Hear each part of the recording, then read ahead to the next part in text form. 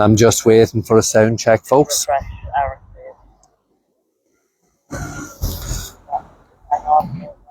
No, just waiting, just get confirmation. And is the sound okay? And just tell me. Sound is good. Sound is good. Right, am I okay standing there? Is he okay? Does he look okay standing there?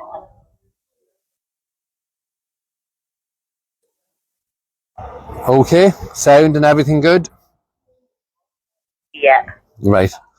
Hello everyone and welcome back to Justice for Aaron Brady campaign. As you can see, I'm here at the Bobby Sands mural on the Falls Road. I've just a few minutes ago dropped off an envelope for the attention of Aisling Riley, the Justice spokesperson for Sinn Fein here in Northern Ireland.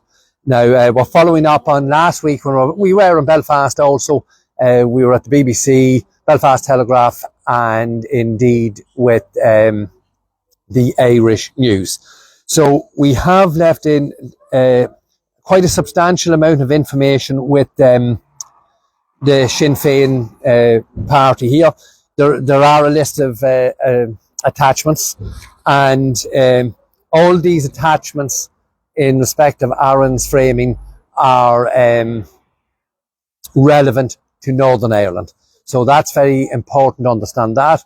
And what we're looking for is the politicians here in Northern Ireland to come forward and just simply ask some questions about anomalies and scenarios that would appear on the front of it to be completely and totally illegal. So if it walks like a duck, waggles like a duck and quacks like a duck, more often than not, it is a duck. So it's very simple. We're looking for a little bit of help and possibly information and guidance from those involved in the political sphere here in Northern Ireland. We are dearly in need of some assistance with freedom of information in respect of what went on in the Republic of Ireland, what went on here in Northern Ireland, and what actually took place in the UK also. And I'm hoping that Sinn Fein obviously would have very strong links in New York, where freedom of information, we are badly in need of that. So just a few of the things we've left in with the Sinn Fein office this morning. We've obviously started with the elephant in the room, the photographs of the CCTV stills. So obviously that's the photograph of myself, Caroline and Aaron. And quite clearly Aaron's 5'7" in that photograph.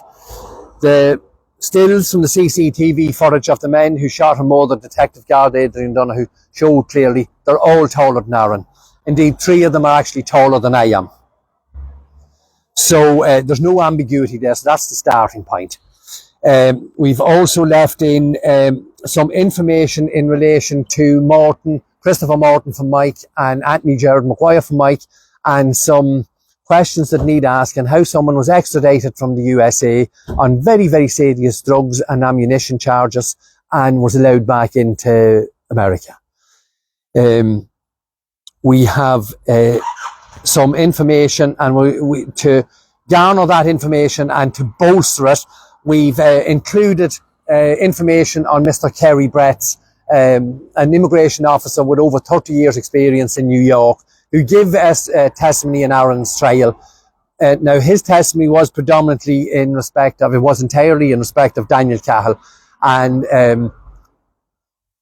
Kerry Bretts, the immigration official, was of the opinion that Daniel Cahill should have been on the next available flight out of America. So we're taking that scenario from Daniel Cahill should have been on the next available flight out of America. Christopher Morton should have been on the next available flight out of America, and Anthony Gerard Maguire should have been on the next available flight out of America. But what have these criminals in common? And they weren't thrown, they have 2 things in common. They weren't thrown out of America, they weren't deported, and lo and behold, they give statements against Aaron Brady. False statements that were the bedrock of Aaron's false conviction. So that's later on today we will post. I'm just checking here now. Am I getting? Yeah, I think everything's okay. Sorry, I thought a problem with sound. So we've shown the corruption, we've shown the basis for the corruption, and all we are simply asking Sinn Fein to do is to ask some questions. And then, of course, people following Aaron's campaign would be fully aware of the situation. This booklet that we have handed into Sinn Fein office in Dundalk, Sinn Fein office in Newry. It was actually handed into LMFM. I handed it personally to Mary Lou MacDonald in Enniskeen Hall, Enniskeen in County Monaghan. And it's quite a detailed and comprehensive little piece of information in respect of Sinn Fein councillor Anton Waters.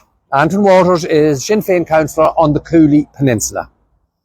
And I think our first email to Anton was in October 2019. Or was it October 2020? I have a feeling it was October 2019.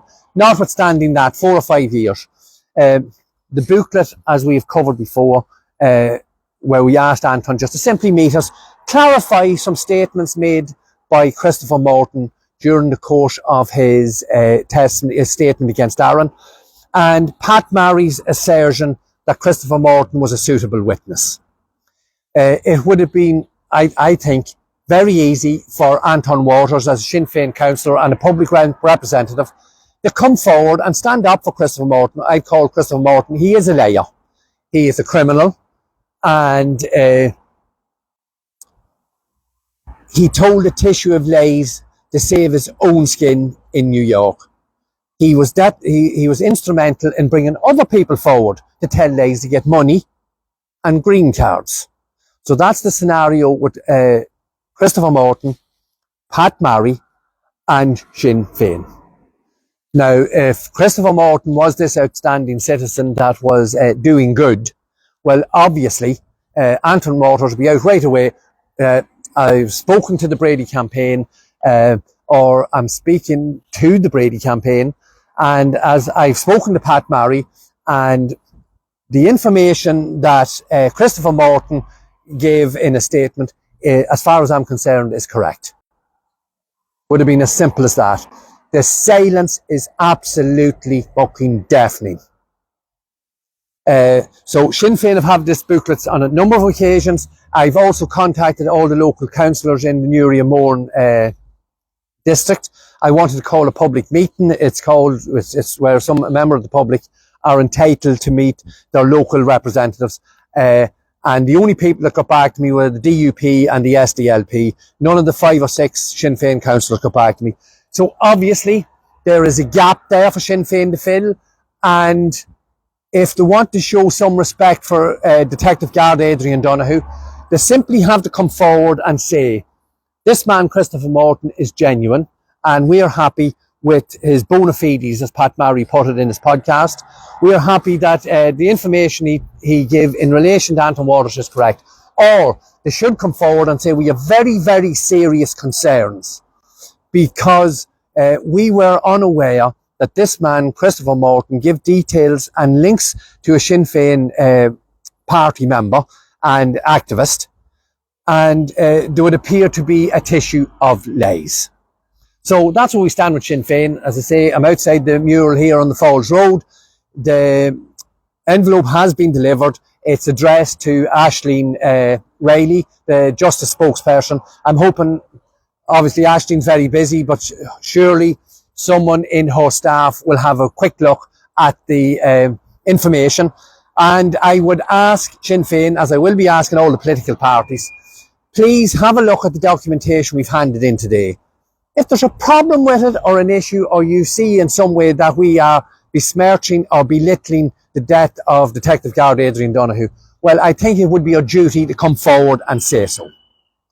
At this moment in time, we want our son freed. We want Aaron released. He has been framed. He has spent 7 years in prison for a crime he had absolutely nothing to do with. So it's over now to Sinn Féin, and see how they behave with another approach from the Justice for Aaron Brady campaign. So thank you for your time. I'm just a couple more deliveries to do in Belfast. I will be back on probably within the next half hour. Thank you very much, and we'll speak again soon. Thank you.